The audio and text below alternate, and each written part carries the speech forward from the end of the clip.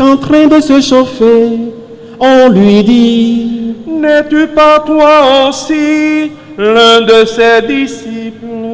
Pierre le nia et dit: Non, je ne le suis pas.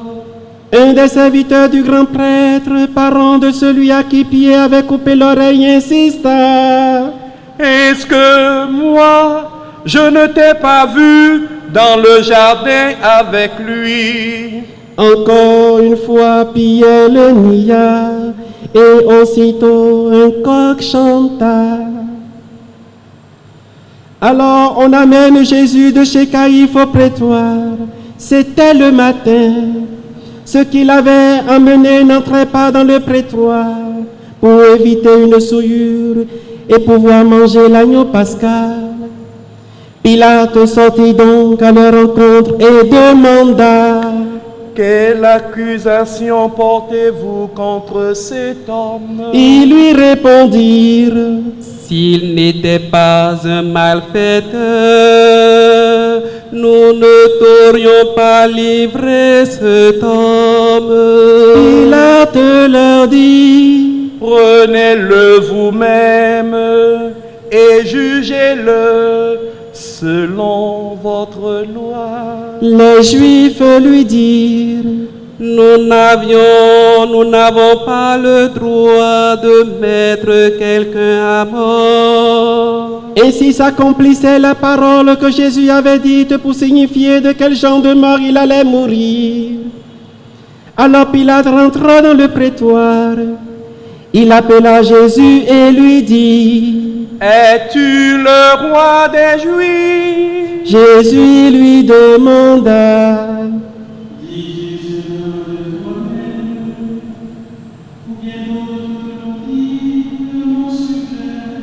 Pilate répondit: Est-ce que moi je suis juif? Ta nation et les grands prêtres t'ont livré à moi.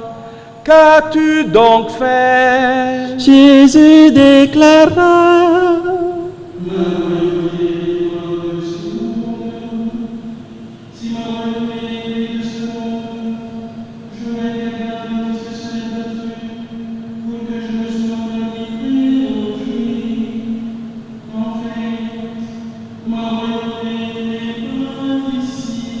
Pilate lui dit: Alors tu es roi. Jésus répondit: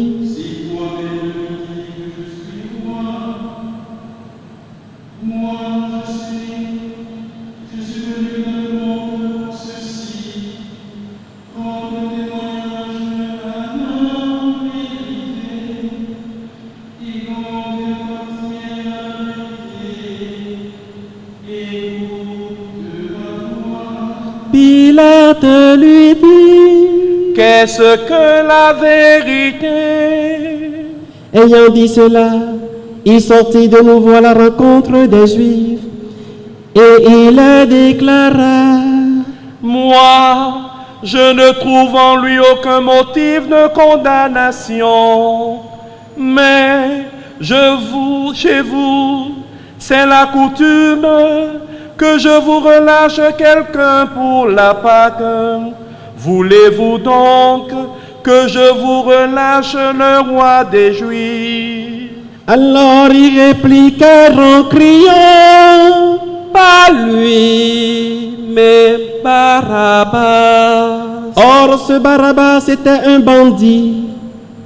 Alors Pilate fit saisir Jésus pour qu'il soit flagellé. Les soldats tressèrent avec des épines de couronne qui lui posèrent sur la tête. Puis ils le revêtirent de manteau pourpre. Ils s'avançaient vers lui et ils disaient: Salut à toi, roi des Juifs. Et ils le giflaient.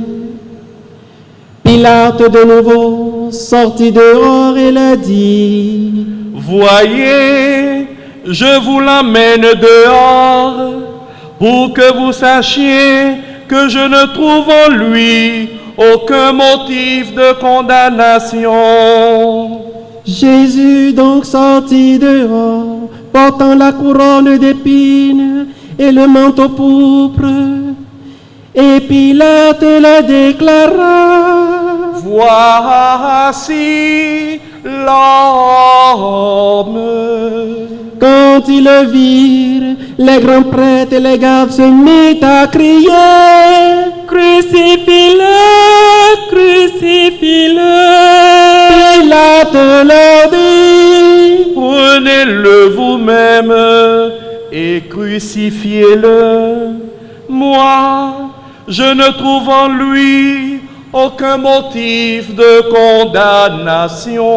Ils lui répondirent: Nous avons une loi, et suivant la loi, il doit mourir, parce qu'il s'est fait fils de Dieu. Quand Pilate entendit ces paroles, il redoubla de crainte. Il rentra dans le prétoire et dit à Jésus: D'où es-tu? Jésus ne lui fit aucune réponse. Pilate lui dit alors: Tu refuses de me parler à moi. Ne sais-tu pas que j'ai pouvoir de te relâcher et pouvoir de te crucifier? Jésus répondit: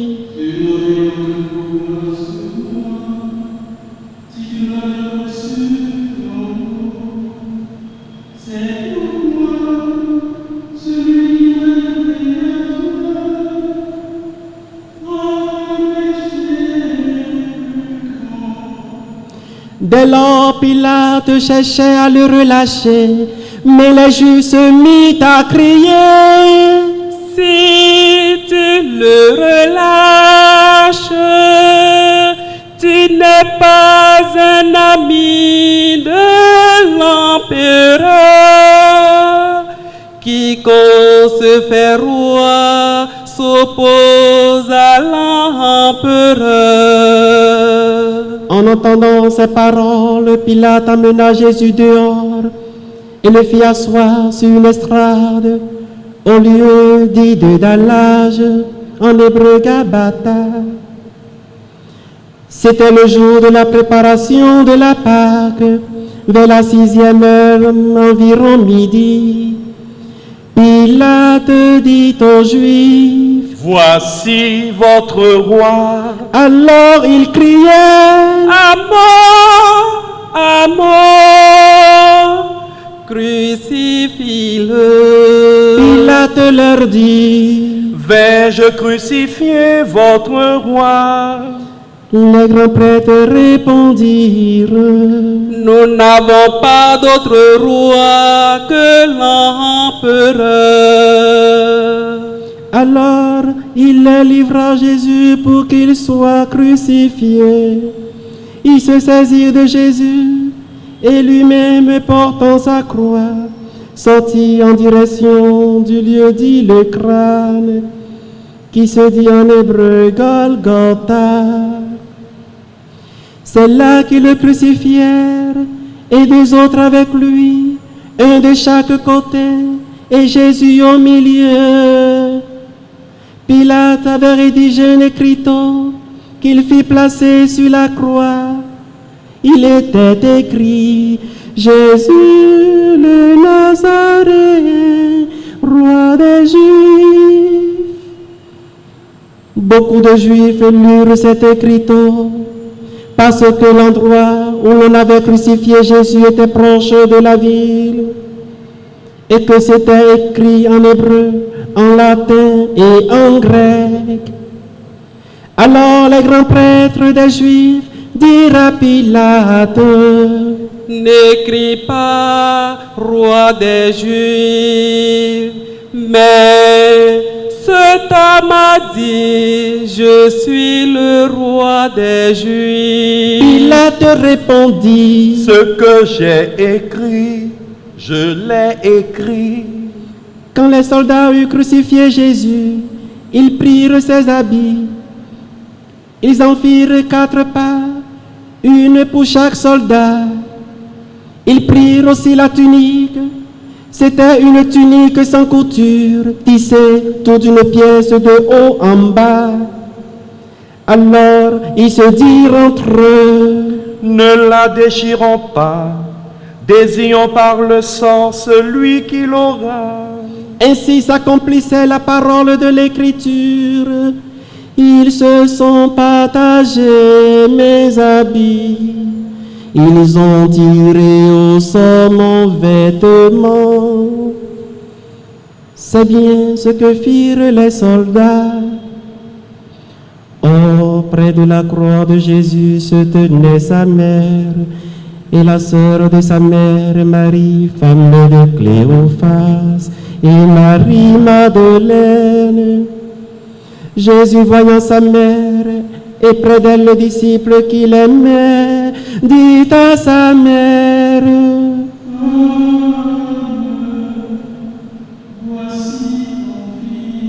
Puis il dit aux disciples: Et à partir de cette heure-là, le disciple l'a pris chez lui. Après cela, sachant que tout désormais était achevé, pour que l'écriture s'accomplisse jusqu'au bout, Jésus dit: Il y avait là un récipient plein de boissons vinaigrées. On fissa donc une éponge remplie de ce vinaigre à une branche d'hysope, et on l'approcha de sa bouche. Quand il eut pris le vinaigre, Jésus dit: Puis inclina la tête, il remit l'esprit.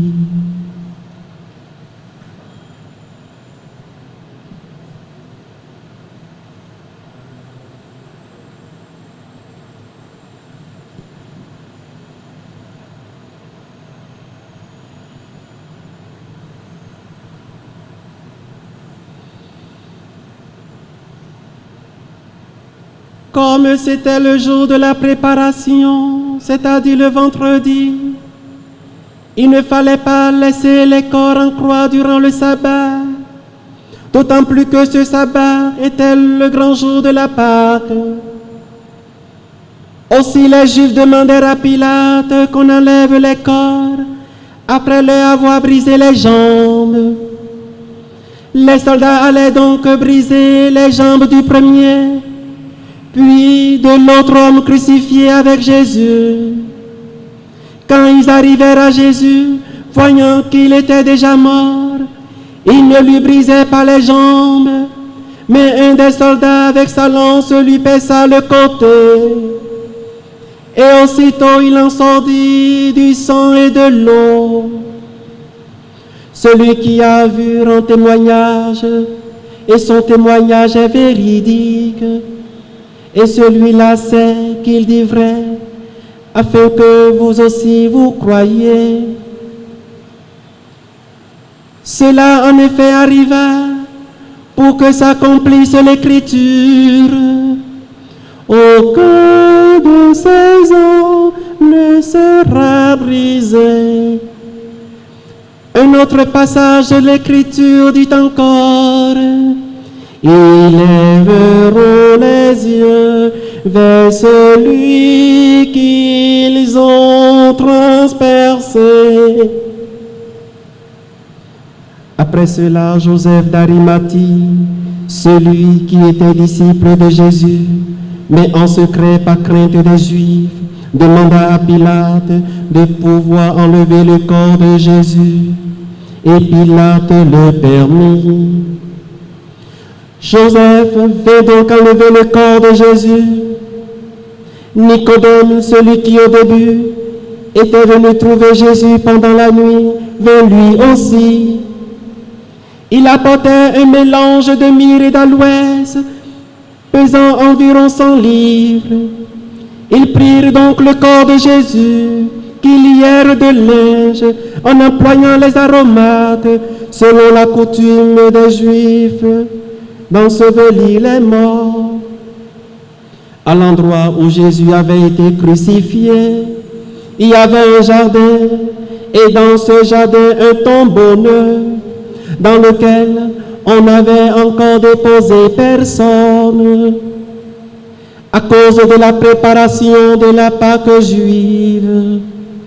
Et comme ce tombeau était proche, c'est là qu'ils déposèrent Jésus.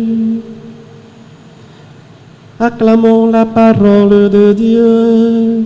Louange à toi, Seigneur Jésus.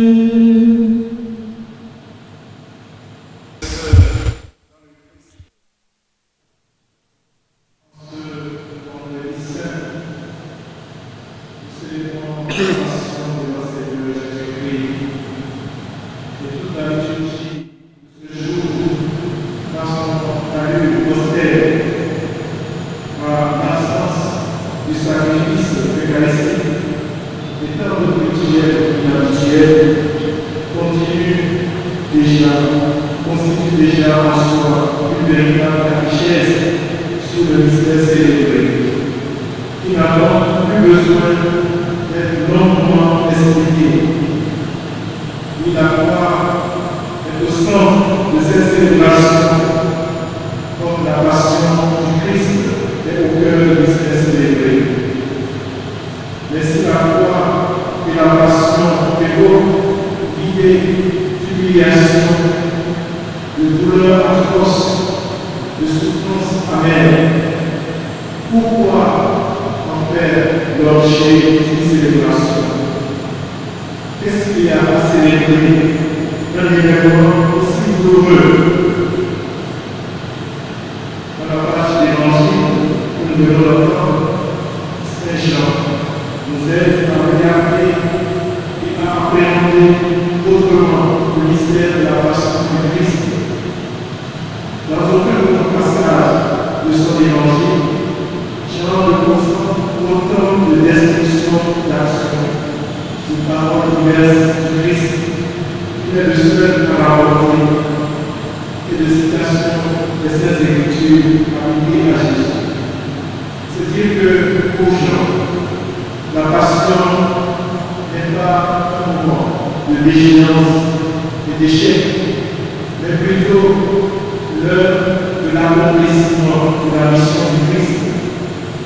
Et en écoutant ce récit de la passion, il est aisé de reconnaître en Jésus la figure du serviteur souffrant, serviteur innocent, qui prend sur lui le péché de la multitude.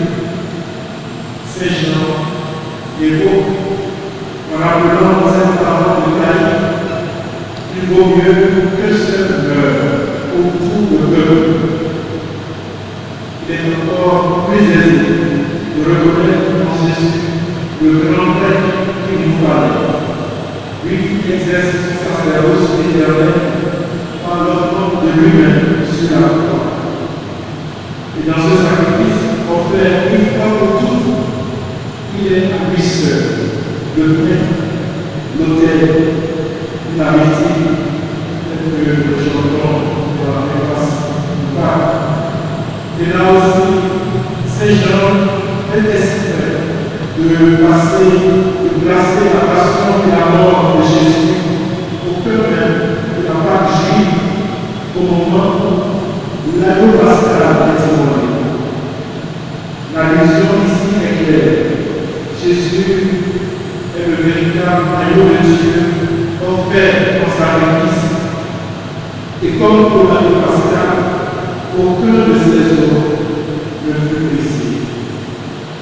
Ayant ainsi accompli tout ce que l'Écriture prescrivait, Jésus peut donc dire tout est accompli avant de remettre l'esprit. La mort du Fils de Dieu est apparue pour beaucoup comme la fin tragique d'un vulgaire agitateur révolutionnaire qui a échoué. Et d'ailleurs, Pilate, dans son attitude équivoque durant le procès de Jésus, fera écrire ces paroles au cœur de Jésus de Nazareth, roi des Juifs. Et pourquoi Jésus est roi et Seigneur. Et quand il répondit, c'est moi, à ceux qui venaient arrêter, ceux-ci reculèrent et tombèrent. Il est aussi pourtant la vérité, puisqu'à la question de Pilate, est-ce que la vérité? Il ne répondit pas, car c'est lui-même la vérité. Il est aussi pourtant la vie, puisqu'en mourant sur la croix, il donne à l'humanité entière la vie, qui n'aura pas de fin. Je suis venu pour que les hommes aient la vie et qu'ils l'aient en abondance. Frères et sœurs, la convergence des textes de ce jour et l'appel qui nous lance sont manifestes. En s'offrant librement pour notre salut, Jésus le serviteur souffrant de Dieu se révèle comme le grand Père véritable qui veut prendre toute l'humanité avec lui dans son offrande. Constitués nous aussi prêts par notre baptême, offrant constamment en sacrifice à Dieu nos combats quotidiens, nos efforts de temps vers la sainteté, toutes nos douleurs, toutes nos misères, toutes nos souffrances, surtout en ces moments difficiles avec la crise du coronavirus. Décidons-nous donc et engageons plus résolument à faire plus d'efforts et de sacrifices afin que nos vies soient pleinement offertes à Dieu et aux autres dans une quête permanente de la sainteté. Ne pas le faire sera sans doute la pire manière de prolonger les souffrances du Christ. Que sa passion nous fortifie dans notre combat pour la sainteté et que lui-même nous donne toujours la claire vision de ce que nous devons faire et la force de l'accomplir. Lui le Seigneur et le Sauveur, maintenant et pour les siècles des siècles. Amen. Il est en son lui-même, il est vraiment, il est mort. Oui, pour permis, pour les mois, pour sa famille, pour sa famille, pour la cause de l'homme, pour faire, pour la main, pour la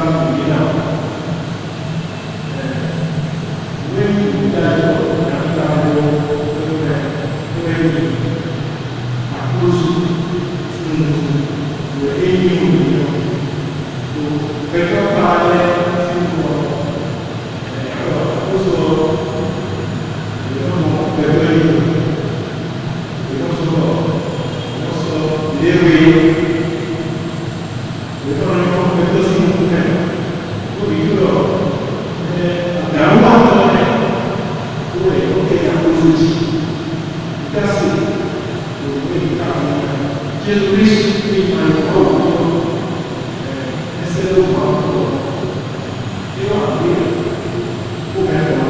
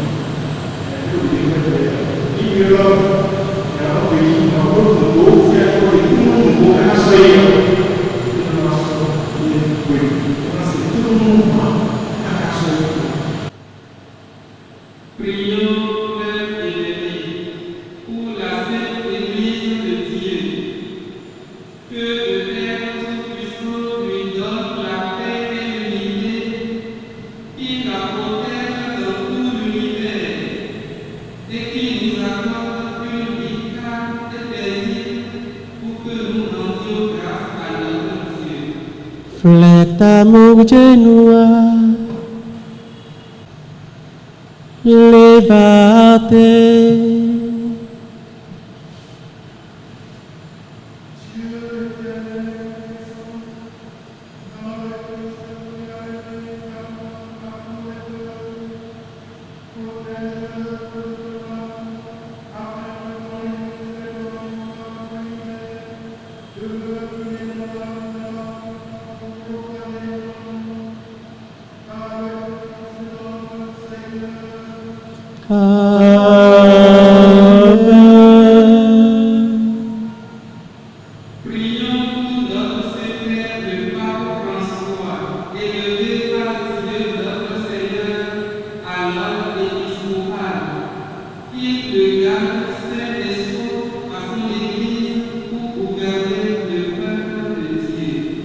Flèche d'amour genois,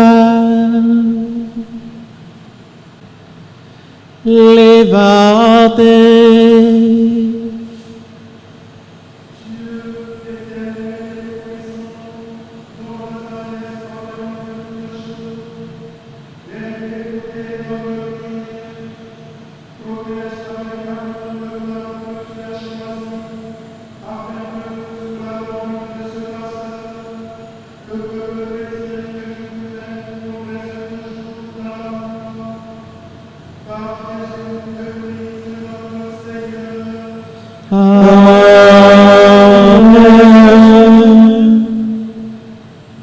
Prions pour notre évêque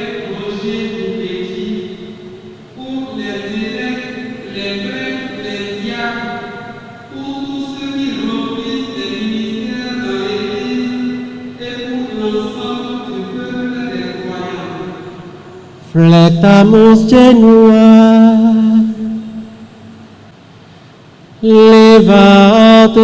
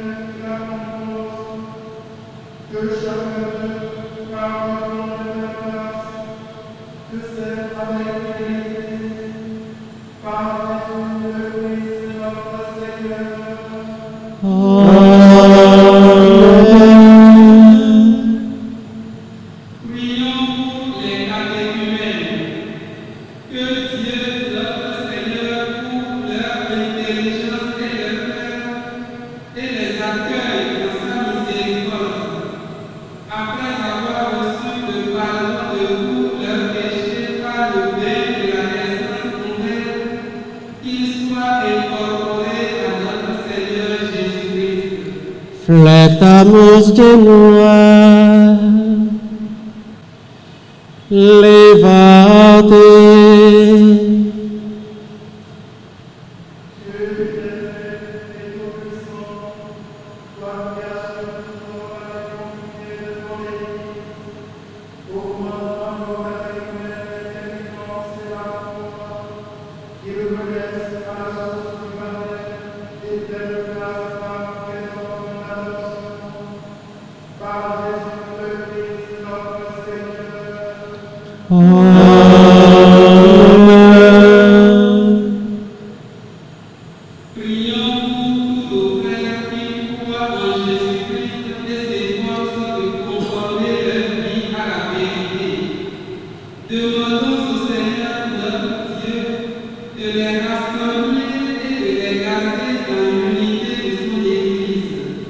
Flectamus genua,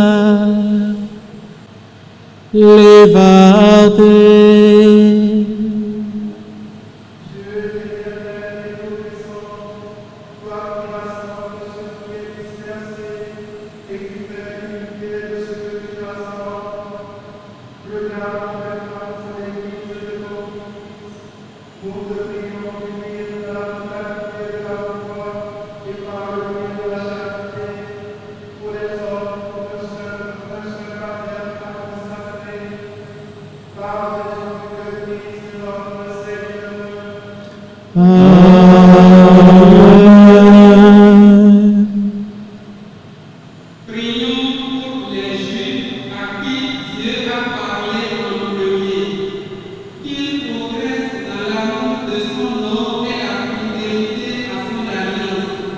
Flectamus genua, levate.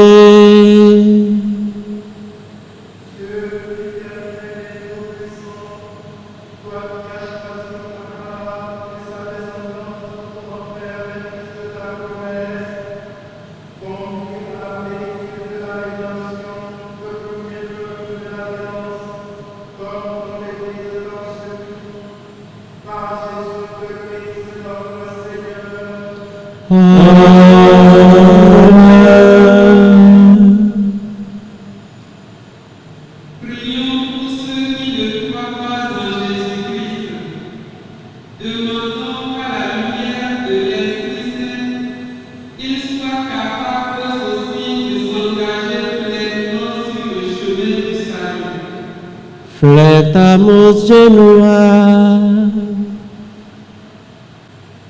levate.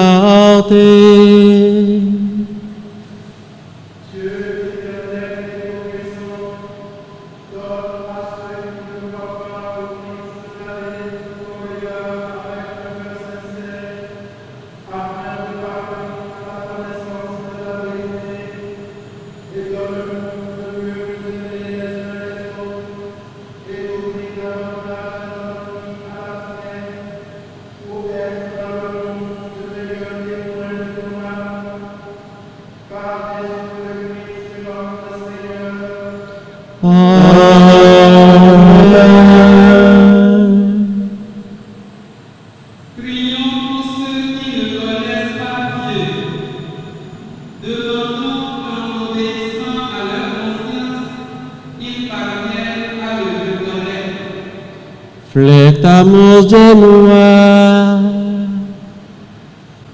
levante.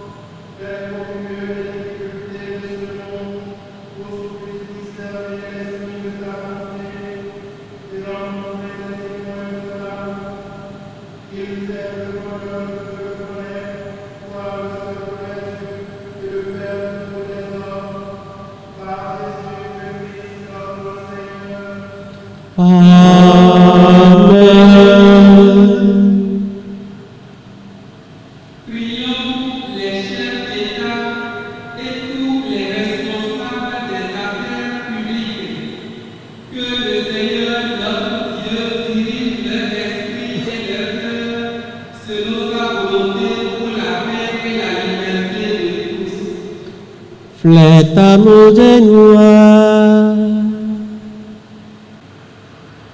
levante.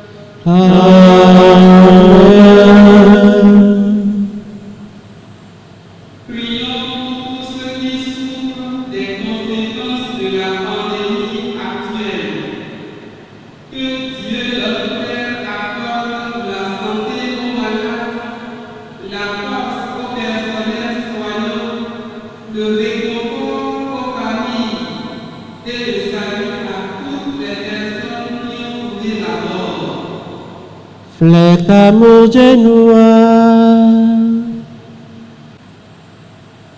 levante.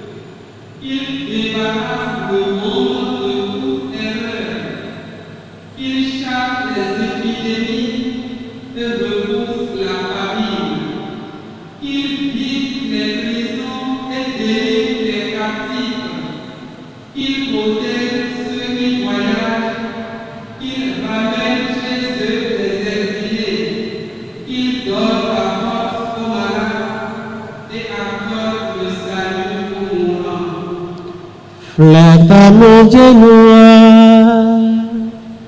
levante.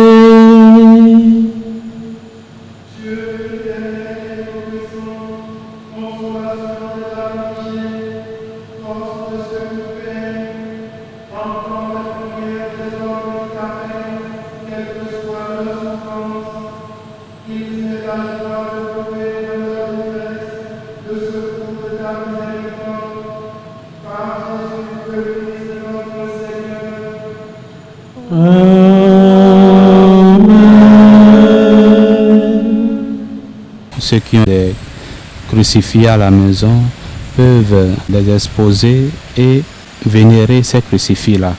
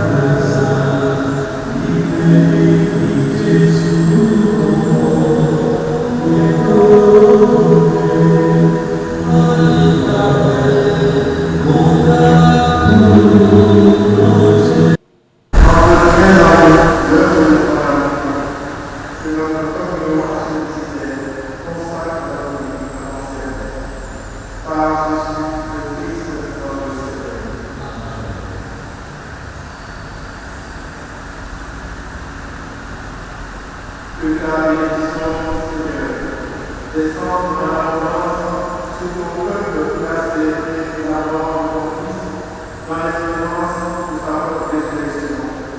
Accorde-lui pardon et récompense.